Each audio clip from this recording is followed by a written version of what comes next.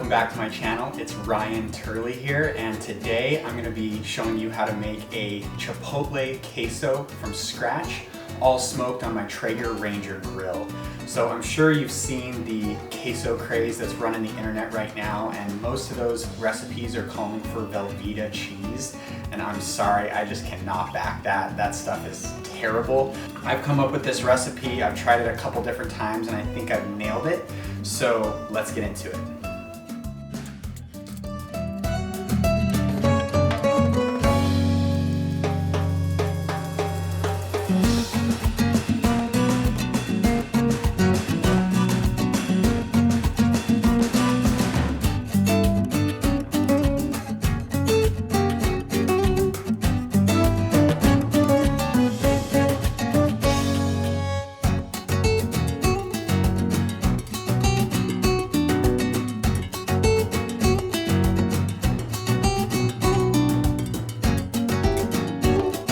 Alright, we got all of our ingredients ready to roll. The TRAEGER RANGER is fired up at 300 degrees. I've also got a cast iron deep dish here that I'm going to be rolling with. So I just threw on a couple tablespoons of veggie oil.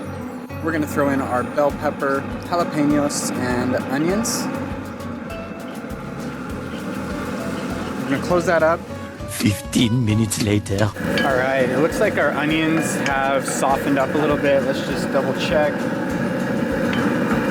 Yep, those are perfect. All right, so next we are gonna throw in our strained can of diced tomatoes, 3 or 4 diced garlic cloves, and just 2 chipotle peppers with adobo sauce. These are really, really spicy, so that's gonna add a lot of kick, not to mention the jalapeños that are already in there. Next, a half a cup of green tomatillo salsa. You can buy canned salsa. I actually have a homemade recipe that I made in another video, and I will post a link to that above. And now we are gonna add our spices. I've got some flour here, chili powder, cumin, oregano, salt, and pepper. And we're gonna pour all that in and incorporate that and mix it really, really well. Wow, that is already looking unbelievable. I would probably eat this as is, even without the cheese. Look at that. So this base has been heating up and flavors all getting incorporated. It looks unbelievable.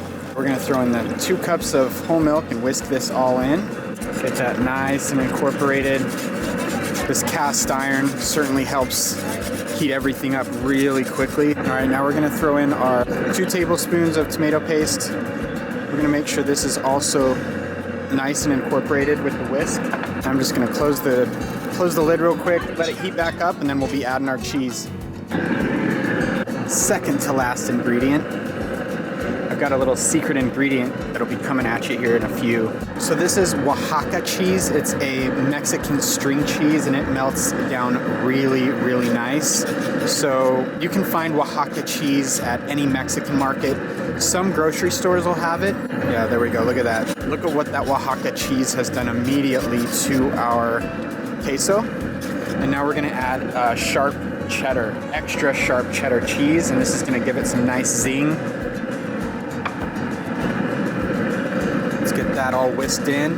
Now also really important to note, you want to buy blocked cheese and shred it yourself. You do not want to buy pre-shredded cheese because there are some agents in there that sometimes don't allow it to melt in, and it can make your queso clumpy. Let's just let that melt down, and that's going to continue to evolve.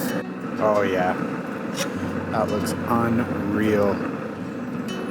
Time to throw the secret ingredient in, Mexican Chorizo.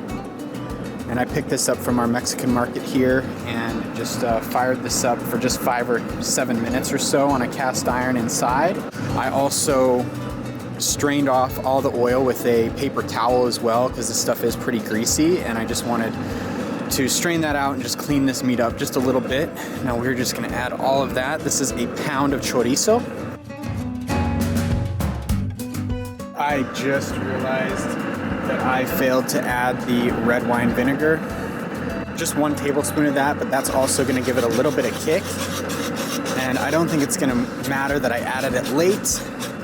but I definitely wanted to add that in. So let's pull this off. It's important to remember to take the queso off before it starts to boil, or it will just become way too runny and the cheese won't hold together. A couple final steps. We are going to add the juice from a half of a lime and the juice from 1/2 a lemon.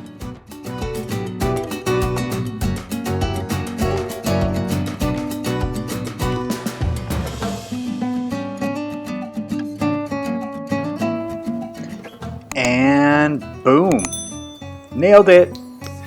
This was well worth the extra little bit of effort to use some fresh ingredients and none of that block cheese stuff.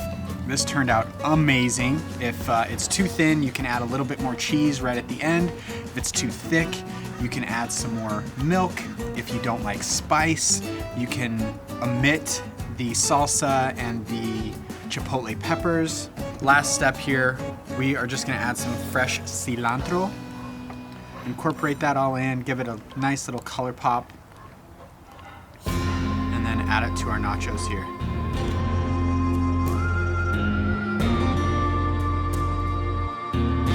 This turned out awesome.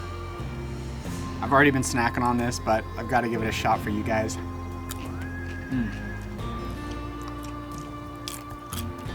That chorizo in there, amazing.